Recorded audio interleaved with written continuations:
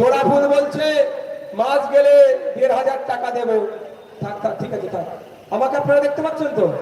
ঠিক থাকলে যাবে। জোড়া ফুল বলছে মাছ গেলে ১,৫০০ টাকা দেবো, পার ডে মানে ৫০ টাকা দিয়ে আপনারা আমার বাড়ির ছেলেদেরকে সার্টিফাইড বেকার বানিয়ে দিল। সার্টিফাইড মানে সার্টিফিকেট দিয়ে দিল যে বেকার।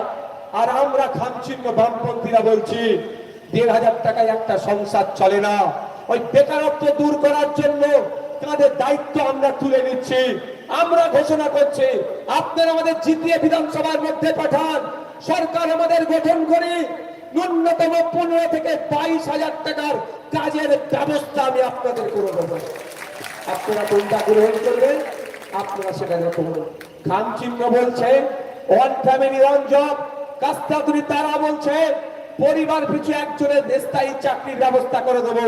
আর জোড়া ফুল আপনাকে ১,৫০০ টাকা হাতে ধরিয়ে দিচ্ছে, কোনটা গ্রহণ করবেন আপনারা? বন্ধুগণ, আজকে আপনাদের জানিয়ে যাই fake ST certificate, SC certificate, রংনামা। পশ্চিম বাংলায় ৮০ লক্ষ আদিবাসী আছে, ১.৫ কোটি ফেক এসটি সার্টিফিকেট মার্কেটে ছিঁড়ে গেছে। প্রকৃত আদিবাসীরা উচ্চ শিক্ষায় চাকরির ক্ষেত্রে বঞ্চিত হচ্ছে। নকল আদিবাসী সেজে আমার আদিবাসীদের কোটা থেকে চাকরিগুলোকে চুরি করে নিচ্ছে, উচ্চ শিক্ষায় সংরক্ষণ তারা নিচ্ছে। একইভাবে যে দলিত নয়, পিছড়ে বর্গের হিন্দু নয়, সে পিছড়ে বর্গের হিন্দু সেজে হিন্দু ভাইদের অধিকার কেড়ে নিচ্ছে। তাই আমি আপনাদেরকে কথা দিয়ে যাচ্ছি, আপনারা তাপসদাকে জিতিয়ে বিধানসভার মধ্যে পাঠান। ফেক এসটি এসসি সার্টিফিকেট বাতিলের জন্য সর্বোচ্চ লড়াই করবে, বাতিল করিয়ে ছাড়বে। আপনাদের আরো বলে যাই, আপনারা যদি আমাদেরকে ম্যাজিক ফিগারে পৌঁছান তাহলে আপনাদের কথা দিয়ে যাচ্ছি ৬ মাস টাইম নেব।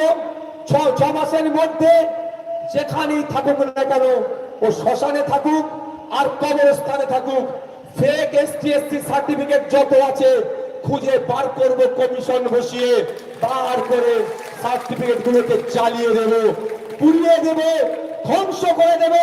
এবং সাথে সাথে প্রকৃত দলিত, প্রকৃত আদিবাসী যাতে চাকরি পায়, উচ্চ শিক্ষায় সংরক্ষণ পায়, তার ব্যবস্থা আমরা সুনিশ্চিত করব।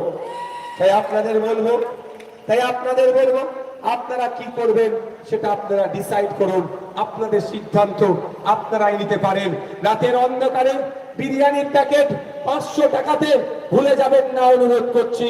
কারণ আগামী ৫ বছর নির্ভর করবে আপনার ভালো থাকা এই ২৯ এপ্রিল ভোটটার উপরে। কাকে দেবেন? কেউ তো বলে নাকি স্টেজে উঠে নাকি আবার আর বলবো স্টেজে উঠে কি করে বসতে পারছেন তো? আমি ওটা বলছি না, সমাজ মনে পার্টি থেকে করে দিয়েছিল, দেখো বিষয় যাবো না।